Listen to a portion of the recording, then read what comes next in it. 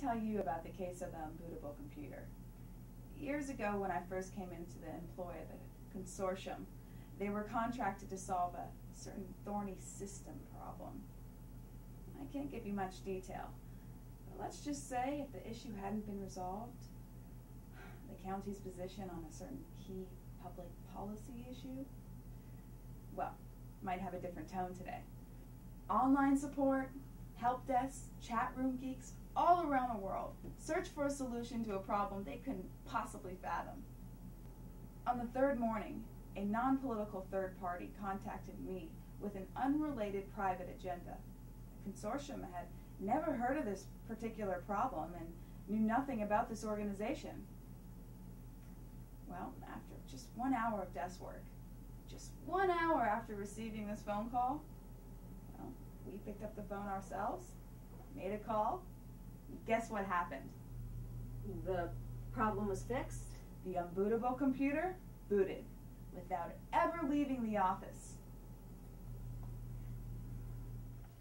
I mean, these jokers, they hate to leave the office. They're like a secretive gang of genius recluses. It's a 24-hour wonkathon. They get in a darn car and go to see a client. I mean, sure, they probably knew you had a problem 3 months before you even realized you had it. It's so weird. I mean, the managing partner, he's on LinkedIn, all right, because he's all about professional networking. But he refuses to get on Facebook. Oh, come on, really? Yeah, really. He'd rather be karate chopped than look at videos of your dog. I'd rather be karate chopped. I've chopped him 3 times. He has some sort of weird resistance to pain when he thinks he's setting a moral standard. Yeah. It's weird. I mean, the thing is, though, when they're working, they're the smoothest operators in the office. I mean, they're sharp, they're slick, insightful, they're even empathetic. As soon as they get off work, it's all gone. It's all pie and Proust. Marcel Proust, the writer? Yeah. They never talk about anything that anyone else can ever understand. Who isn't either a nerd, an English professor, or a rocket scientist. I mean, this is a group that tosses off 18th century literature like it's nothing. Yet they're strangely enamored with B, no C movies. Like Big Trouble, Little China. With Kurt Russell? I love that movie. I mean, it's so bad, it's good. Still don't know what that one's all about. The Outlaw of Josie Wales. With Chief Dan George.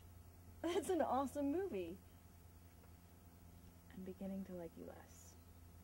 They can tell you about where you bought your office computers and your motivations for keeping them. They can tell you about the smartphones that you have as opposed to the ones that you actually want, all within seconds of meeting you. How do they do it? They have a deeply nuanced understanding of both human and technology behavior to rival the great psychoanalytical and systems engineering minds of our time.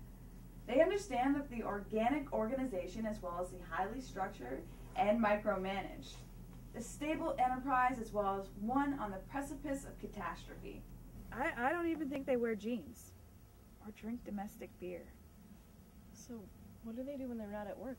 They just sit around the office? They're all about Premier English football. You know, English soccer.